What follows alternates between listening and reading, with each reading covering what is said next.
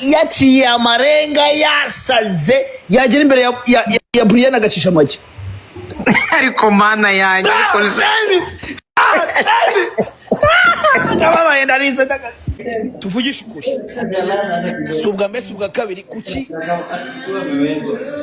mu minsi yashize niwo bitayago yabivuze bamufita nk'umusazi umwe amugire ka tumureke aravuga ati Brian rumwe mu bana basenye urugo rwa Muyanga niwo bita Yves amakuru mfite ubwo nje kuvuga ibyanjye ibyo munsi mbireke amakuru je yangezeho yavugaga yuko uri mu bantu basenye urugo rwa Muyanga akavuga yuko ndenze Brian reka nimuna uwo mugabo njye wasenye urugo wasubiza ufata ijambo